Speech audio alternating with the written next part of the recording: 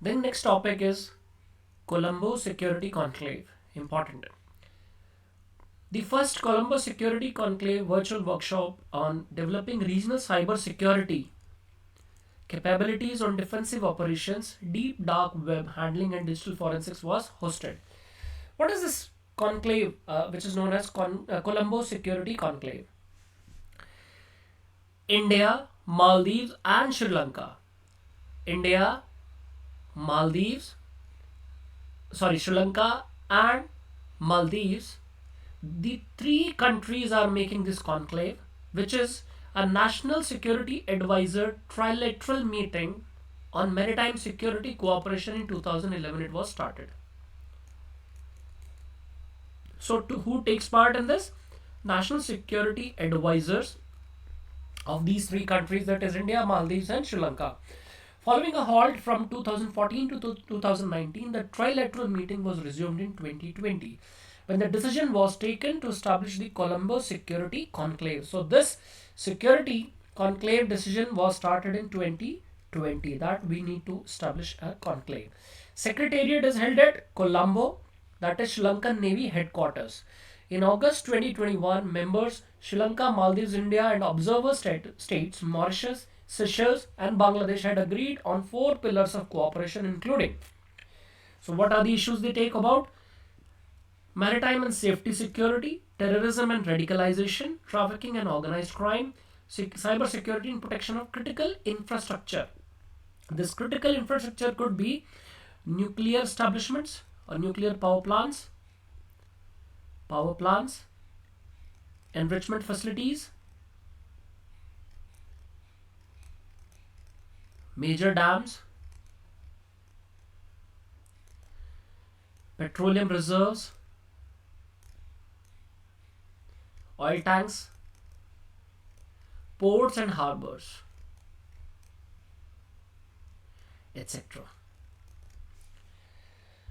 Now, Maiden Colombo Security Conclave focused operation was conducted between the Indian Navy, Maldives National Defence Force, and Sri Lankan Navy in November 2021 in the exclusive economic zones of the three countries in southern Arabian Sea. The focused operation conducted between the navies of the three countries in the last week of November was the first operational cooperation under the CSE. So if the examiner asks you about this focused operation, so this is related to the Colombo Security Conclave.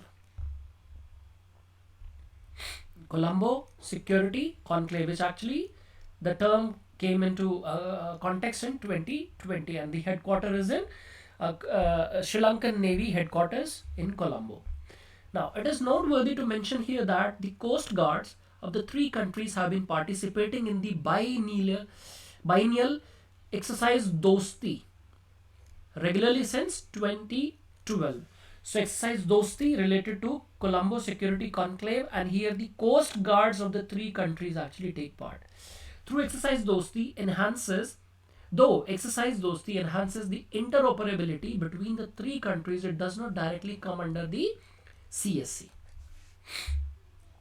By inaugurating the focused operation and setting up 24/7 secretariat, the CSE has obtained an operational tooth which other maritime security cooperation grouping in the region such as Indian Ocean Rim IORA lacks. So here what we have to speak about is that for the utmost security prospect of any country, the navy has to be strengthened and the coast needs to be protected massively, because what we have seen that a terrorist attack in Mumbai, the intruders actually came through the ways of sea from Karachi, and they created a massive mess in the Indian boundary, and actually it is a great threat to the sovereignty of the nation.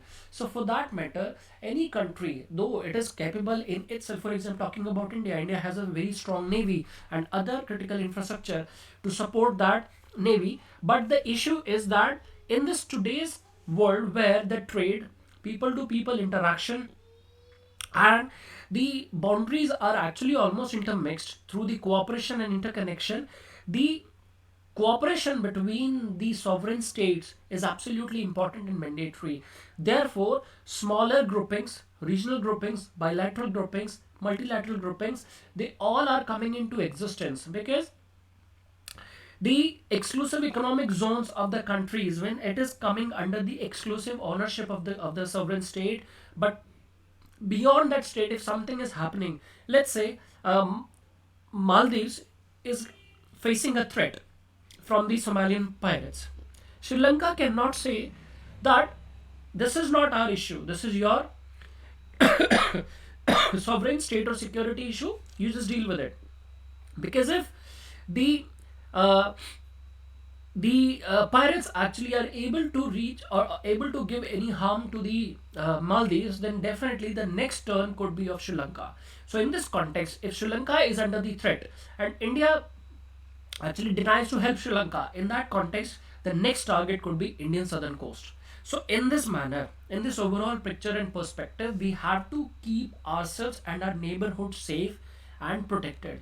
And this protection can also be ensured when all the member countries contribute to one objective of maintaining peace and enabling and a positive environment in the blue atmosphere around them, so that the trade, the transit, the economy is not harmed or is not facing any threat on the sovereignty of the state. So in this manner, this Colombo Security Conclave is highly important, and this exercise Dosti should also be part of your understanding for the prelims exam. Next is dispute settlement body and WTO structure. Nothing much to talk about this, but just I think that what is this dispute settlement body? This is the resolving trade disputes is one of the core activities of the WTO, because this is what it is meant for. A dispute arises when a member government believes another member government is violating an agreement or a commitment that it has made in the WTO. So this dispute settlement body is absolutely important, because World Trade Organization's main thing is to oversee the easiness of trade, easiness and equal opportunity in trade globally. This is what it is meant for. But if there is any dispute, then unnecessary the resources, the power, the money will be wasted belonging to the member countries, especially the developing nations. The General Council convenes as a dispute settlement body to deal with disputes between WTO members. Who? General Council of WTO. The DSB is made up of all member governments, usually represented by ambassadors or equivalent. The DSB has authority to establish dispute settlement panels, refer matters to arbitration, adopt a panel, appellate body, and arbitration reports, maintain surveillance over the implementation of recommendations and rulings contained in such reports, and authorize suspension of concessions in the event of non-compliance with those recommendations and ruling. Oof, so many words. Easily understand that all the member governments, through their ambassadors and equivalent, they make this body of dispute settlement body. And what do? They refers, they understand the matter, they take the matters in, they decide what is the absolute ideal solution to the issue, and they also analyze the reports and outcomes, and they then decide that what should be the decision taken against the guilty and what sort of solution should be provided to the one who has suffered. So this is their general work. So let's talk about WTO in brief. The World Trade Organization came into being in 1995 as the only international organization dealing with the global rules of trade, and it came after earlier it used to be known as GATT.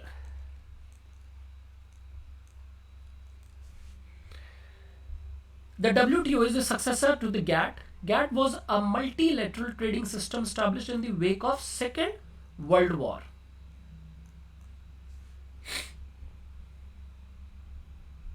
The WTO's overriding objective is to help flow smoothly, freely, and predictably trade.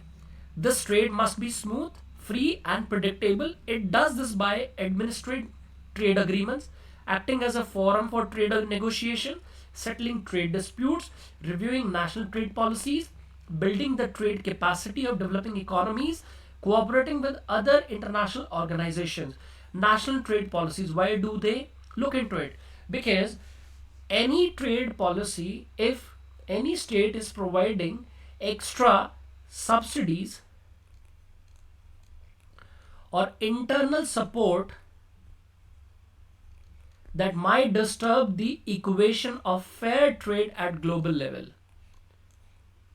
Fair trade at global level, that is not acceptable, because talking about India has a limit of provisions of 10% of subsidy to their agricultural communities. In this manner, actually agriculture production cost is reduced, and if it is reduced, then of course the prices will be more competitive in international market for the exports, and hence those countries whose state governments is not able to provide the subsidy, their products will be expensive, and hence this fair trade opportunity equation will be disturbed. So this is it, that national trade policies of the states are also being reviewed at WTO so that no balance in the fair trade is disturbed.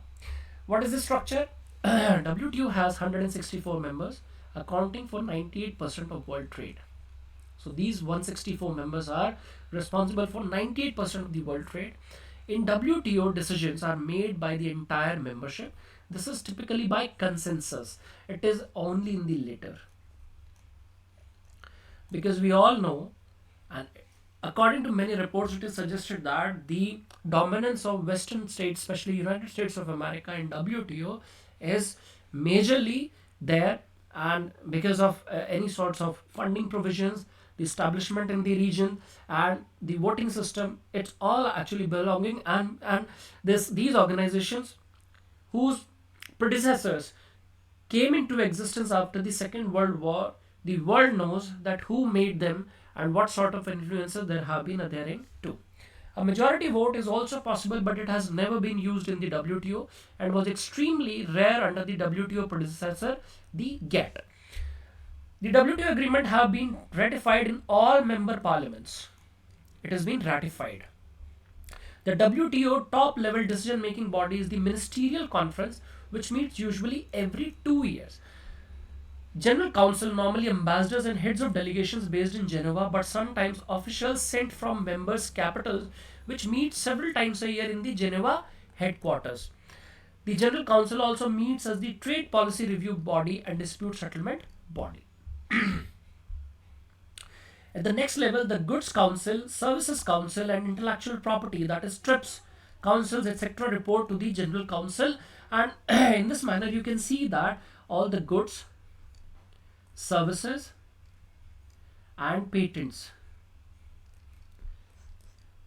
all the factors of trade are generally discussed in the General Council, and this is the issue that India has raised, that the patent issues of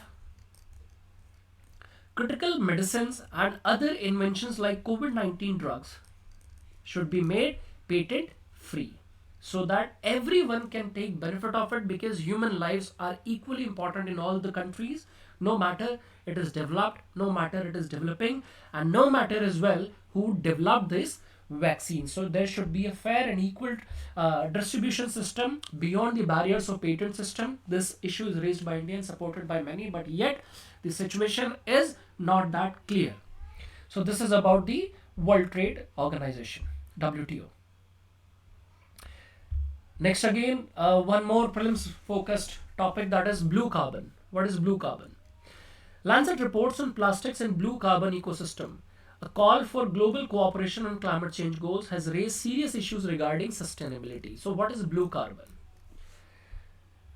Blue carbon is a term for carbon captured by the world's ocean and coastal ecosystems. The carbon captured by the world oceans and coastal ecosystem. With blue, you can say that it is related to marine ecosystem of the world. See, salt marshes, mangroves, and seagrass beds absorb large quantities of the greenhouse gas carbon dioxide from the atmosphere and store it, thus decreasing the effects of global warming. This global warming is actually created by the greenhouse effect. Hope you know what is greenhouse effect. There is a warm atmosphere around the world, the planet Earth. In this, what happens is that all the energy, heat energy or radiations coming from the sun, it is absorbed and maintained in such a way that the temperature of earth remains stable and constant. That makes it good for habitable, or it is, or that making it the habitable planet. But what happens is when the greenhouse gases emission is increased, and this blanket actually, the thickness is revived up to an extent that whatever the heat or insulation being received from the external sources like sun, it is not escaped to the atmosphere back. In this manner, the temperature within this blanket start rising, and since the excess of heat is not going outside, it disturbs the constant equation of, or the suitability of temperature balance around the planet earth, and this is actually raising the temperature on local level, in the just above level, until the range we have this natural blanket cover around the planet earth. So this leads to the melting of snow, capping mountains of glaciers, and also the temperature of ocean starts rising. And in this manner, in the tropical region, this is the fundamental and foremost reason behind that why the tropical cyclones are being made in these ocean regions, cyclones and anticyclones, because of this temperature differences, temperature inversions, and the rise in the ocean surfaces. And if these issues are actually going high, then the capacity of ocean to absorb more quantity of carbon will also be there, and that imbalance in the carbon volume being absorbed by the oceans is actually disturbing the marine climates, marine ecosystem, and also disturbs the fishing food chain, the maritime food chain, and therefore the survivability of the coastal states, and also the people who are belonging over the this maritime producers, that will be in danger. So this carbon, blue carbon thing what we are talking about is absolutely critical. Salt marshes, mangroves, and seagrass beds play two important roles. Number one is carbon sequestration. What is the sequestration? The process of capturing carbon dioxide from the atmosphere, measured as a rate of carbon uptake per year. So this capturing carbon dioxide from the atmosphere is known as carbon sequestration. What is carbon storage? The long-term confinement of carbon in plant materials or sediment, measured as a total weight of carbon stored. For example, there is one tree. As we know that plants actually absorb CO2 and they releases oxygen, green plants and green trees. So when this carbon dioxide is absorbed by the trees, it is known as carbon storage. And when a tree is felled down or it is cut, so millions of carbon dioxide units are released back to the atmosphere. So this is why we say that we have to store our jungle, and we have to save our green cover on the planet earth. These type of habitat are known as carbon sinks and contain large stores of carbon accumulated over hundreds to thousands of years. Who are talking about?